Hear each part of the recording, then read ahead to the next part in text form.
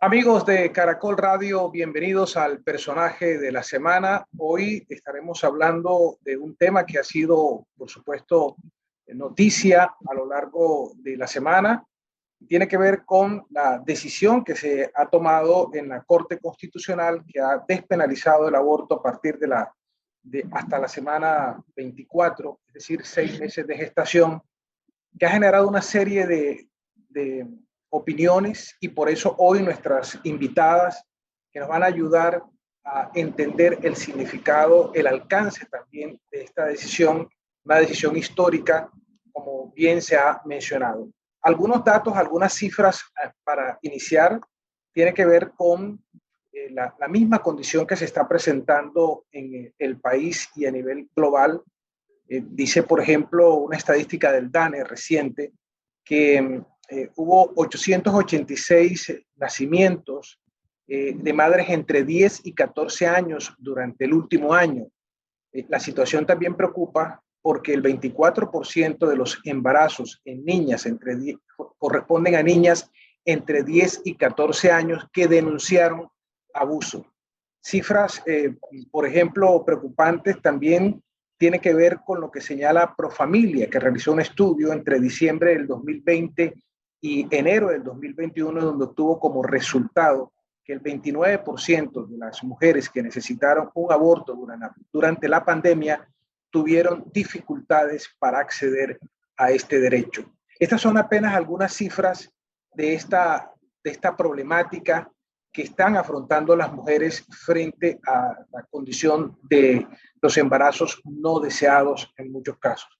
Pero pues que sean también profesionales, mujeres que nos ayuden a ver en perspectiva toda esta situación. Hoy nos acompaña Ruth Pareja, que es trabajadora social, psicopedagoga con 20 años de experiencia y defensora de derechos de la mujer. Ruth, bienvenida al personaje de la semana de Caracol Radio. Muchas gracias, Martín. Encantada de estar aquí en tu programa. Y también nos acompaña Carol Solís Mengo, que es politóloga internacionalista de la Universidad del Norte y que además ha realizado estudios internacionales en la Universidad de Florida. Bienvenida a el personaje de la semana de Caracol Radio. Gracias, Martín, por la invitación. Bueno, quiero comenzar este programa conociendo su análisis, su perspectiva del significado de esta decisión.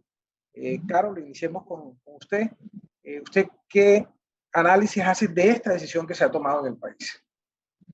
Bueno, yo creo que esta decisión en particular es una forma de saldar una deuda histórica que hay con las mujeres y con las personas en capacidad de gestar en Colombia. Es una deuda que en América Latina se viene cerrando un poco a partir de, bien sea procesos legislativos, como lo vimos en Argentina, o también de reformas constitucionales que han permitido que el aborto sea reconocido como derecho o que se busque progresivamente la despenalización para que las mujeres no sean más criminalizadas por el derecho de decidir con autonomía y con plena libertad sobre sus cuerpos.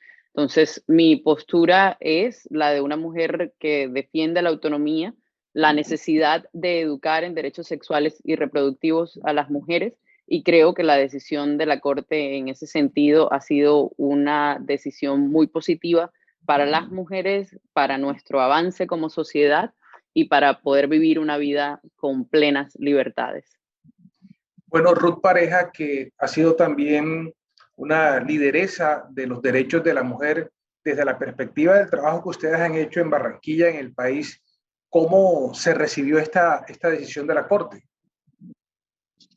Bueno, Martín, desde nuestras distintas plataformas, el movimiento de mujeres recibe con gran alegría el fallo, porque indudablemente hace parte de las luchas que vienen dando las mujeres en dignificar, en la toma de decisiones sobre el tema también del libre desarrollo de la personalidad. La ley pues hace la ley, pero también hace la trampa. El mismo Estado condenaba a la mujer en no tomar una decisión si tener un embarazo o no. Entonces, indudablemente, pues festejamos ese logro. Yo creo que así como se han dado las luchas cuando la mujer luchó por ese derecho al voto. Yo creo que hoy históricamente también estamos marcando pues un momento muy crucial para dignificar a las mujeres en decidir sobre toma de decisiones sobre si tener o no un embarazo interrumpido, un embarazo deseado. Entonces yo creo que ha sido un gran triunfo en este momento, que va a tener muchas aristas en pro y en contra, pero bueno, ese es el debate. Sí. Ahora, en medio de este tema, uno de los factores que más se ha analizado, Ruth, es casos concretos como uno que sucedió aquí en el Atlántico, que ustedes como organizaciones de mujeres acompañaron, y se trata de una joven que no fue atendida en un momento determinado, acaba de suceder solo a finales del año anterior.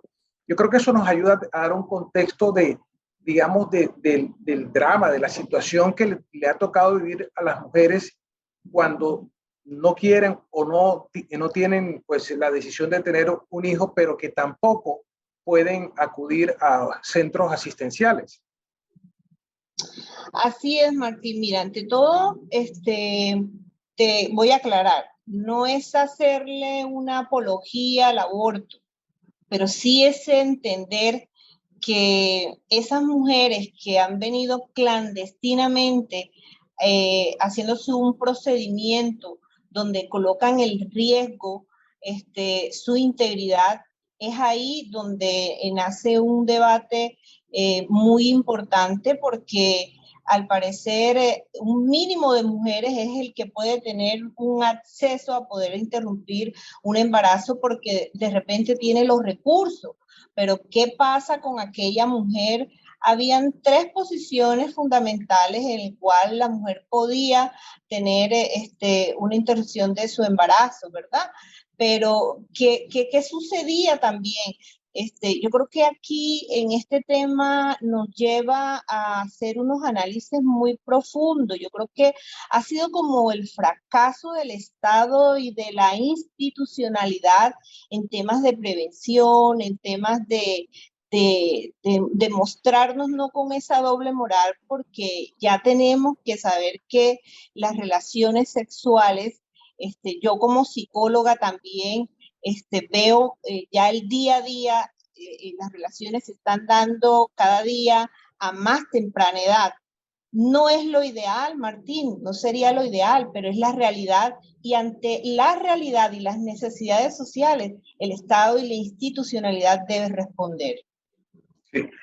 Carol, en este aspecto de debate que se ha planteado, el primero que surge es, y ha estado en redes sociales, es ¿por qué la semana 24? Y en otros países, por ejemplo, es la semana 12 o 14. ¿Por qué la 24? ¿Qué significado tiene o qué importancia tiene?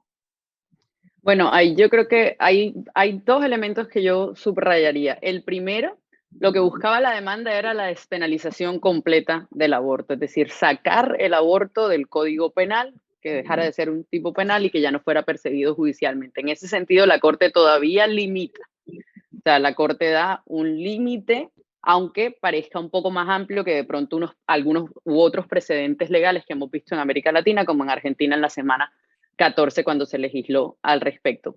Pero digamos que en estricto sentido la Corte, frente a lo que se pedía como despenalización total, la Corte todavía dice no, lo deja dentro del Código Penal, pero despenaliza hasta la semana 24. Entonces ahí se mantiene una restricción, se mantiene en estricto sentido la idea de la criminalización después de la semana 24. Pero yo creo que algo que se torna en desinformación es que, dado que ese número de semanas choca un poco, y digamos, uno puede entender que choque la idea de que de que un embarazo en estado avanzado se interrumpa.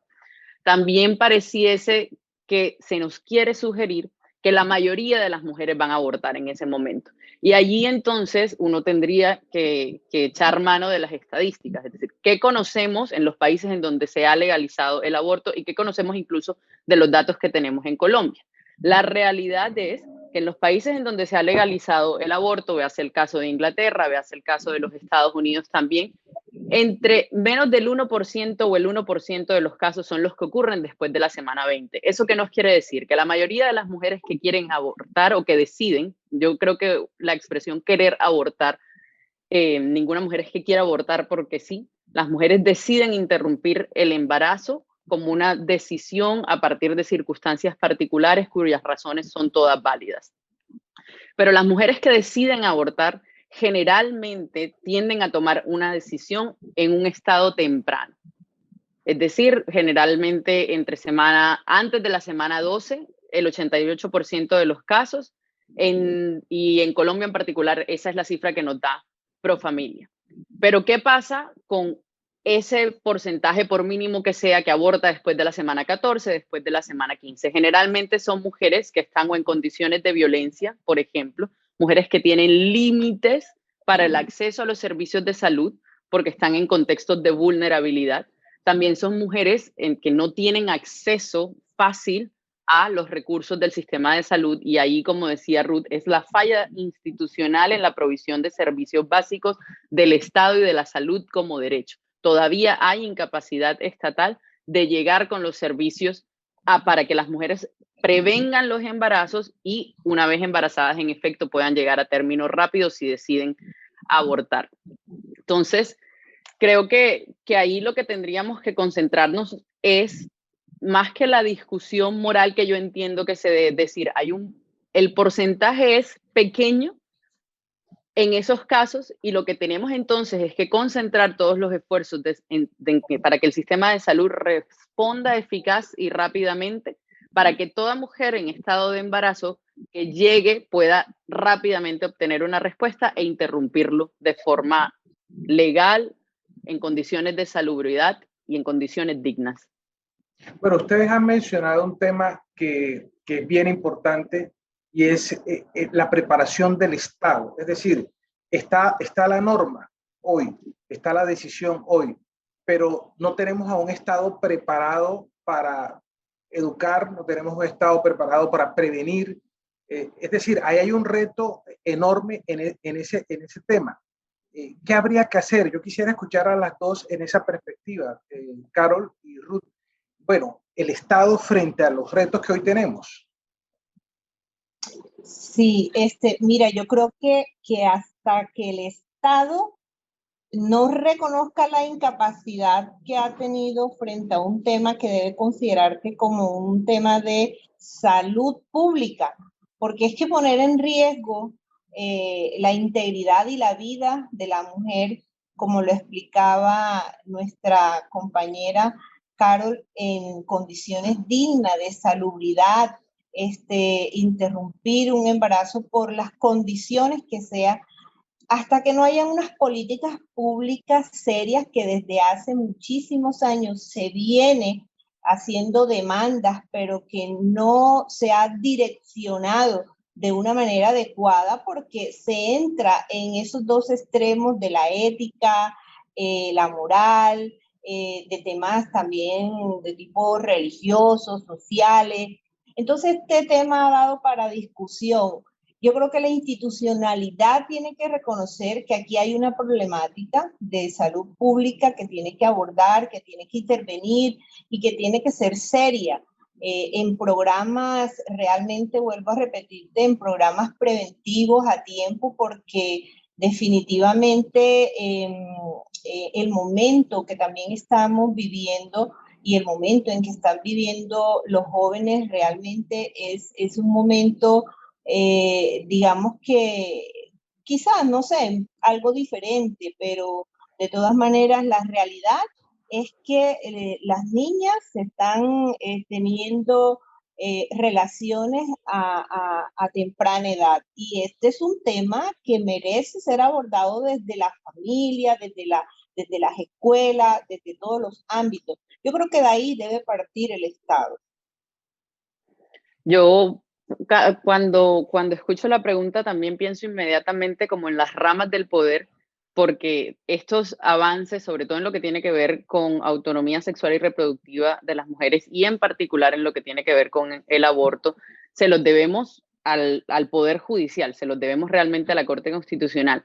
Y allí enfatizaría que hemos tenido históricamente un Congreso incapaz de responder a las demandas sociales de las mujeres, porque la razón por la que estas solicitudes llegan a la Corte Constitucional es por la negación persistente del Congreso de legislar en la materia.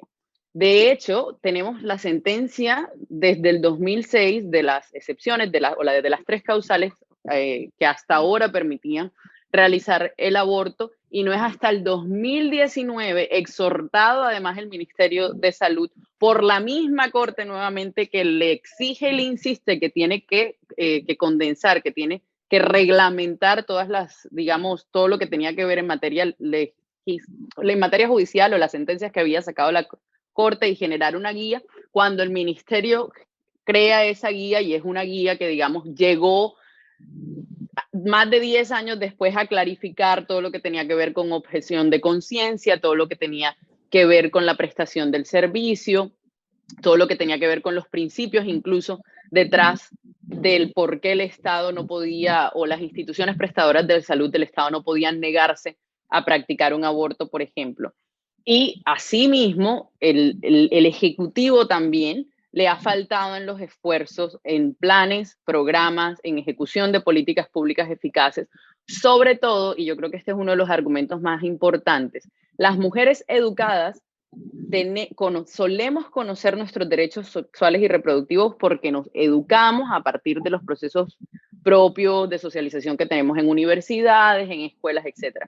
Pero todavía hay mucha moralización y religiosidad detrás de la forma en que a las niñas y a las adolescentes se les enseña sobre derechos sexuales y reproductivos. Yo no tuve nada de eso en mi colegio. Yo vine a partir de un proceso independiente de formación a saber de estas cosas y a entenderlo además como derecho y autonomía, pero hace falta muchos esfuerzos conscientes de que el mundo en el que vivimos y la realidad que tenemos, como decía Ruth, es las mujeres y los jóvenes tienen relaciones sexuales, independientemente de la religión, independientemente de lo que creamos, independientemente del debate moral. Es una realidad. Entonces, como realidad, ¿cómo efectivamente la podemos aproximar? Educando. Por eso las campañas también que buscan la legalización del aborto dicen educación sexual, primero que todo, aborto para poder decidir y anticonceptivos también para prevenir. Entonces, ha habido una falla en la forma en que llegamos, sobre todo, y ahí enfatizo, a la ruralidad y a las mujeres en condiciones más vulnerables. Eso lo reconoce el mismo DANE, que en todos los informes ha reconocido que las mujeres en condiciones de vulnerabilidad, las niñas que quedan embarazadas, las adolescentes, esas más de 60,000 adolescentes que tenemos embarazadas en el 2020, esas más de 4,000 niñas que tenemos embarazadas en el 2020, están concentradas desproporcionalmente en contextos de vulnerabilidad y pobreza. Es decir, que aquí, Ruth, sé que ibas a intervenir, pero es decir, la primera tarea tiene que ver con la educación sexual. Esto es lo que, digamos, de alguna forma nos va a ayudar a tomar adecuadas decisiones por parte de mujeres y por parte de hombres en medio de esta situación o de este debate. Sí, yo creo que mientras estemos, hay que ir cerrando esas brechas de tabú, de estigmatizar algunos temas como esto, ¿verdad? Eso nos va a permitir avanzar y nos va a permitir indudablemente minimizar el impacto y bajar un poco las cifras, como lo decía Carol, Yo creo que ahí es donde hablamos que este es una problemática en salud pública, porque aparte de que hay más estaba escuchando las cifras que de 4.000 mujeres que se ponen en riesgo realizándose abortos clandestinos, las secuelas que le quedan a esas mujeres también son irreversibles. Entonces yo creo que aquí se hace necesario ir cerrando esa brecha y que la parte de la religiosidad realmente tiene que sintonizarse con la realidad de un país, la realidad de unas mujeres. Bien lo explicaba Carol también, cerrar las brechas de desigualdad en ese medio de las mujeres de la ruralidad, que no se llega la información a nivel preventivo, el poco acceso que tienen también las mujeres en programas también de anticonceptivo, el costo, son costos muy altos. También no permite también que las mujeres tengan también ese acceso inmediato, pero también que debe ser una manera eficaz para no llegar a estos debates que a la final son debates que son desgastantes, porque indudablemente van a haber diferentes puntos de vista, así como cuando se habla de la eutanasia. Entonces, son temas que son debatibles y que podrían seguir todavía dando mucho de qué hablar. Estamos conversando sobre la decisión que se ha tomado en el país en torno al aborto con dos profesionales que nos están dando su perspectiva desde el punto de vista legal, desde el punto de vista de su profesión, pero también como mujeres que han liderado debates académicos y sociales en torno al aborto. Vamos a una pausa. Al regreso vamos a profundizar un poco más en esta discusión, con también argumentos que se han presentado desde algunos sectores de la sociedad en torno a la decisión que se ha tomado por la Corte. Este es el personaje de la semana de Caracol Radio. Ya regresamos. Regresamos en el personaje de la semana de Caracol Radio. Nos acompaña, como hemos dicho al inicio del programa, la politóloga internacionalista Carol Solís Menco. Ella es magíster en gobierno y también ha hecho estudios de ciencia política en la Universidad de Florida. Nos acompaña también Ruth Pareja, que es psicopedagoga, con más de 20 años de experiencia como psicóloga en educación y especialidad clínica, y es líder del movimiento amplio de mujeres que se ha destacado por la lucha de los derechos de la mujer en el Atlántico. Y estamos mirando pues distintos tópicos y debates en torno al aborto. Bueno, yo quiero profundizar también con argumentos que he escuchado. Por ejemplo, preguntas que la gente me ha hecho. Me dice, ¿no será que con esta decisión van a aumentar los abortos en Colombia? Yo quiero escucharlas a ustedes sobre, pues para ayudar a responder esa inquietud. Yo ahí lo... Carol. Ruth, adelante. Continúa, Carol. No, yo creo que mi respuesta allí es muy corta y es, no existe evidencia científica de que en contextos de legalización del aborto haya un aumento dramático. La diferencia central, la pregunta que está en el corazón de ese debate es el acceso al aborto en condiciones de legalidad y en condiciones seguras para las mujeres. Un aborto es un procedimiento médico que tiene más o menos riesgos dependiendo también de qué tan avanzado esté la etapa de gestación, y en ese sentido lo más importante es que ahora vamos a poder tener un contexto de libre acceso al aborto hasta las 24 semanas para que más mujeres para que ya las mujeres no tengan que someterse a la clandestinidad, a la inseguridad y poner sus vidas en riesgo. Sí, bueno, mi punto de vista, indudablemente yo quiero retomar lo que dije anteriormente, o sea, no es pensar que estamos haciendo una apología al aborto, sino a estar en método seguro, que la mujer pueda también tomar una decisión, pero que también que existan programas de prevención, de mucha información para que en un momento dado pues no se caigan en esos embarazos no deseados. También tenemos que tener en cuenta la afectación que tiene una mujer cuando no desea un embarazo a nivel de su salud mental. Entonces vemos que también eso tiene un gran impacto, el no desear el tener un hijo. Indudablemente, seguramente a futuro va a ser también un niño maltratado, va a ser un niño que no va a tener una protección emocional. Entonces son muchas aristas que tenemos que indudablemente seguir debatiendo, seguir discutiendo desde la academia para poder llegar a unos puntos de equilibrio, ¿verdad? Entonces, yo creería que ese sería pues el punto que tendríamos que seguir trabajando.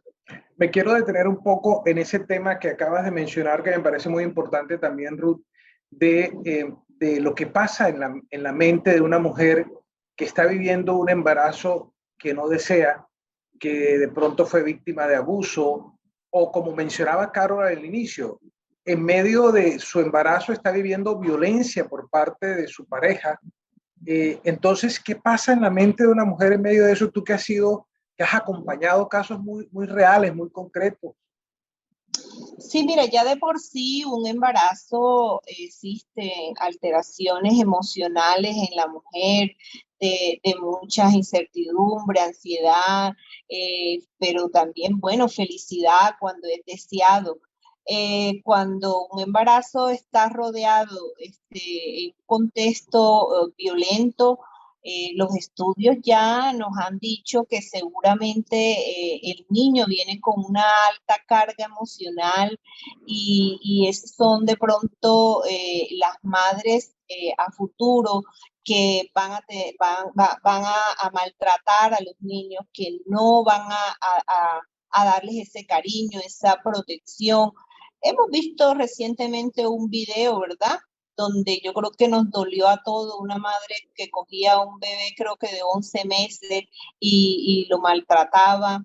Esos son los escenarios que nos esperan cuando realmente no preparamos a una madre para su proceso de formación. Entonces, todas esas aristas en salud mental que también muy poco se le presta atención.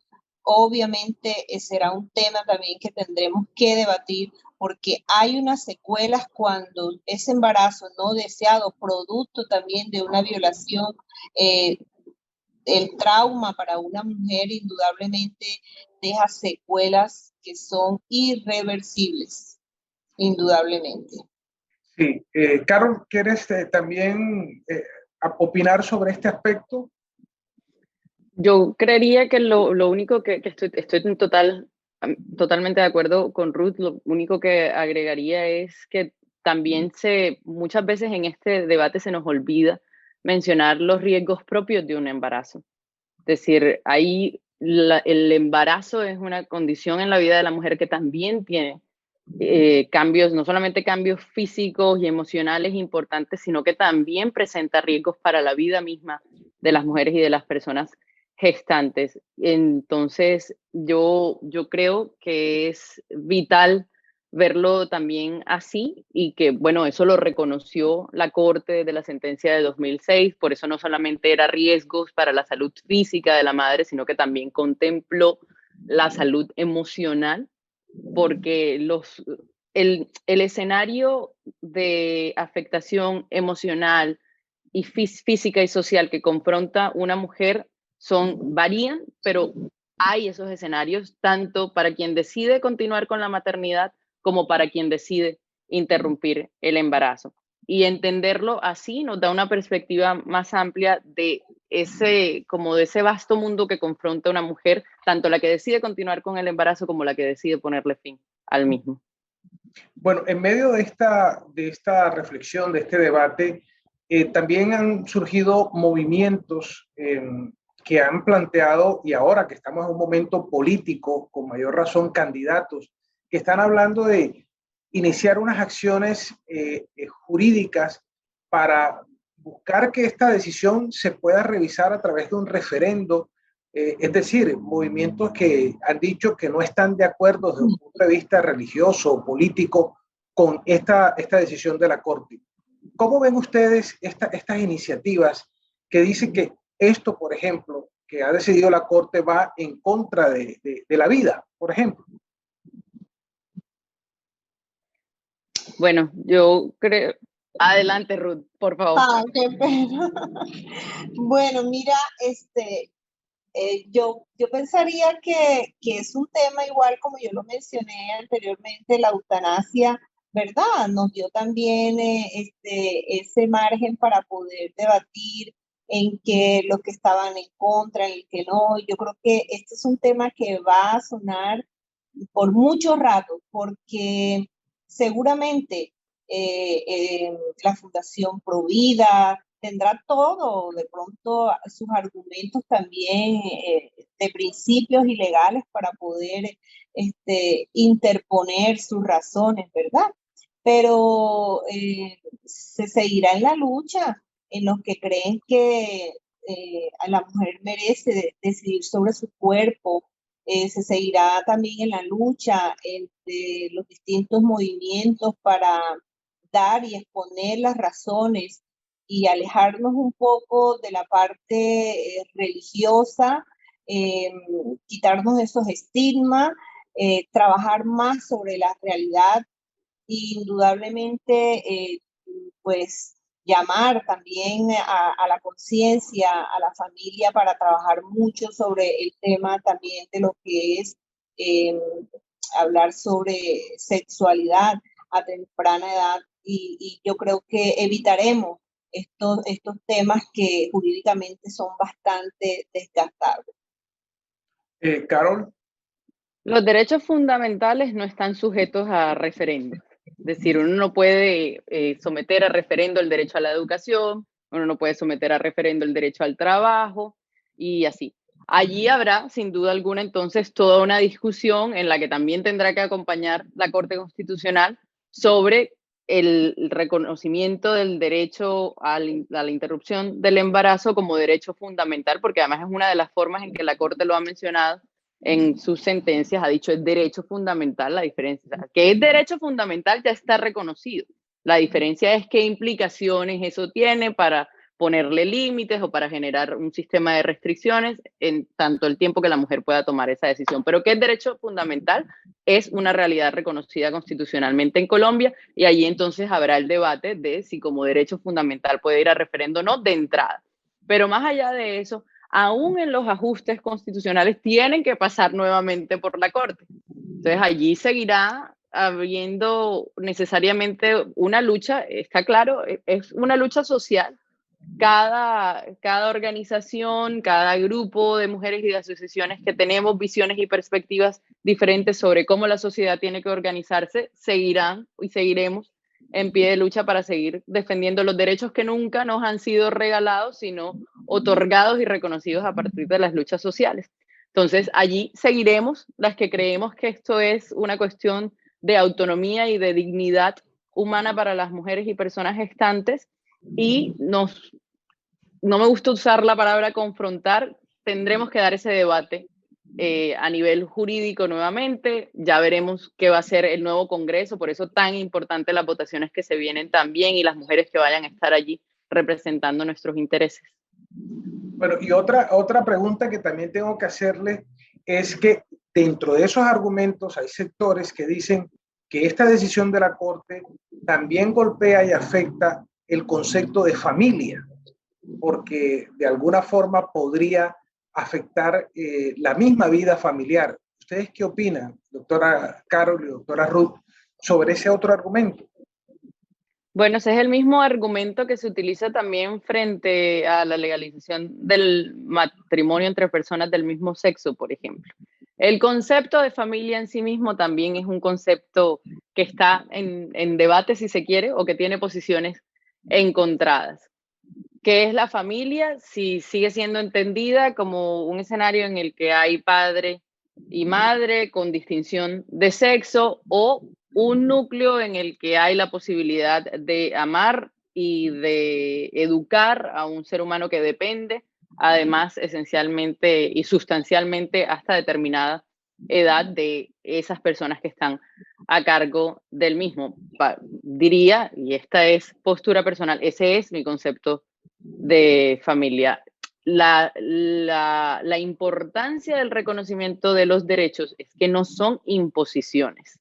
Luego, reconocer el matrimonio igualitario no obliga a que nadie se case con una persona del mismo sexo. Reconocer el derecho al aborto o a la interrupción del embarazo no limita el derecho a las maternidades libres, que además las celebro ampliamente.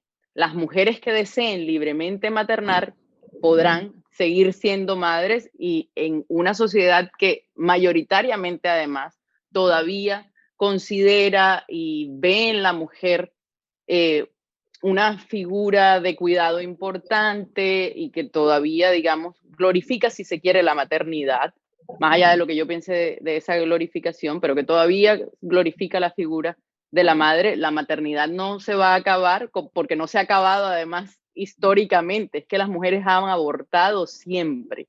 La diferencia es en qué condiciones lo hacemos. Sí, aquí es un llamado a la corresponsabilidad familiar, al acompañar, a tener que dar una información a tiempo, veraz, precisa, contundente, a evitar también esos embarazos precoces que indudablemente uno como padre de familia no desearía que su hija de 12 años o de 13 años estuviese en embarazo, porque no existe la madurez ni la responsabilidad que esto implica. Entonces, es también ese llamado a la familia a que asuma el rol también de responsabilidad que le corresponde.